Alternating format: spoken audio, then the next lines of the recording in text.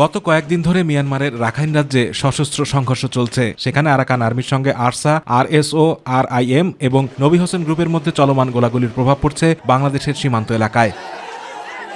রবিবার সকালে মিয়ানমার থেকে ছোড়া গুলিতে গুলিবিদ্ধ হয় আফনান আরা পুতুনি নামের এক শিশু। তাকে প্রথমে কক্সবাজার জেলা সদর হাসপাতালে ভর্তি করা হলে সেখান থেকে চট্টগ্রাম মেডিকেল হাসপাতালে রেফার করা হয়। স্টেশনের পাশে একটা বাড়ি আছে, ওর বাড়িতে দাঁড়ায় থাকছিল। দাঁড়ার পরে একটা গুলি ওরে পড়ছিল, ও মিটিতে শুয়েছিল। ওরে কুতুপালং হসপিটালে নিয়ে গেছিল।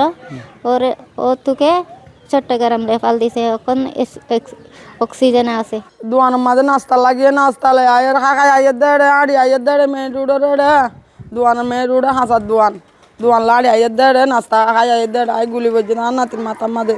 এ ঘটনায় কক্সবাজার টেকনাফ সড়কের লাম্বাবিল ও তেচ্ছি ব্রিজ এলাকায় সড়ক অবরোধ করে বিক্ষুব্ধ জনতা। সীমান্তের ওপারে গোলাবর্ষণের শব্দে চরম আতঙ্ক ছড়িয়ে পড়ছে স্থানীয়দের মাঝে। নিরাপত্তাহীনতায় অনেক সীমান্তবাসী ঘর ছেড়ে নিরাপদ স্থানে আশ্রয় নিচ্ছেন। প্রতিদিন এরকম আজকে 3 দিন না, তিন দিন গুলি শব্দ। এদিকে মিয়ানমারের অভ্যন্তরে আরাকান আর্মির সঙ্গে সংঘর্ষে প্রাণ বাঁচাতে বাংলাদেশ সীমান্তে অনুপ্রবেশের সময় 50 জন মিয়ানমারের সন্ত্রাসী গোষ্ঠীর সদস্য এবং 2 জন বাংলাদেশিকে আটক করা হয়েছে। তাদের মধ্যে 3 জন আরাকান সলভেশন আর্মি, 29 জন আরাকান রোহিঙ্গা আর্মি ও 18 জন রোহিঙ্গা ইসলামী মহাসের সদস্য রয়েছেন। আটককৃতদের টেকনাফ থানায় হস্তান্তর করার পাশাপাশি সীমান্তে সতর্ক অবস্থানে থাকার কথা জানান বিজিবির এই কর্মকর্তা।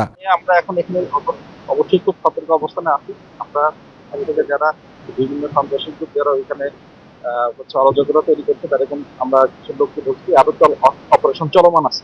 তো অপারেশন শেষ হইলে আপনাদেরকে বলতে পারবো ইনশাআল্লাহ। আতিকুর রহমান তিতাস, মাই টিভি।